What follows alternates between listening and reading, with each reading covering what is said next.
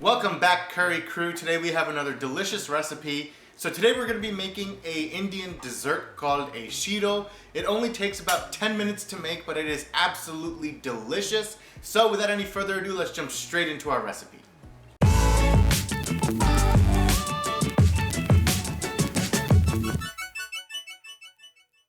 So to start off, we're going to add in 2 tablespoons of ghee into a medium-sized saucepan and allow it to heat up over low to medium heat.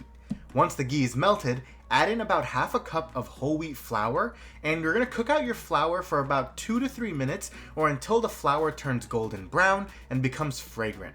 Once the flour is cooked, add in a small handful of cashews and raisins, and then we will slowly incorporate in 1 cup of milk a little bit at a time. In between, you want to continuously mix so that nothing burns and so that the flour mixes in with the milk to form one uniform component. Keep mixing and adding in the milk until all of it has been incorporated. The cold milk will also help the rest of the ingredients in the pan to cool down and to stop them from overcooking. Once the milk has been mixed in, add in 1/4 cup of jaggery and give it all another mix to combine everything and allow for the jaggery to melt into the dish. Keep stirring and mixing until everything is completely homogenized and combined properly.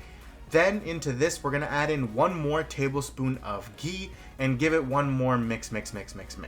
The ghee is going to give it a nice rich and silky texture at the end, so that's why we add 1 more just as a finishing touch.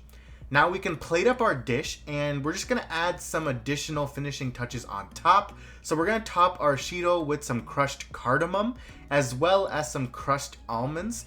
And there we have it, guys. Our quick and easy dessert is ready for us to enjoy.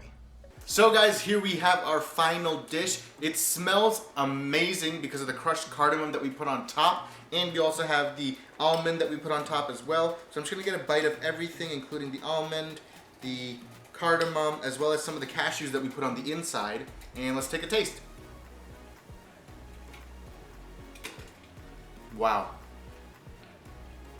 It is so delicious, guys, because you have the cardamom on top, you have all the nuts that we put in there, the cashews, the almonds, and it is very rich in flavor from the jaggery and everything else that we added.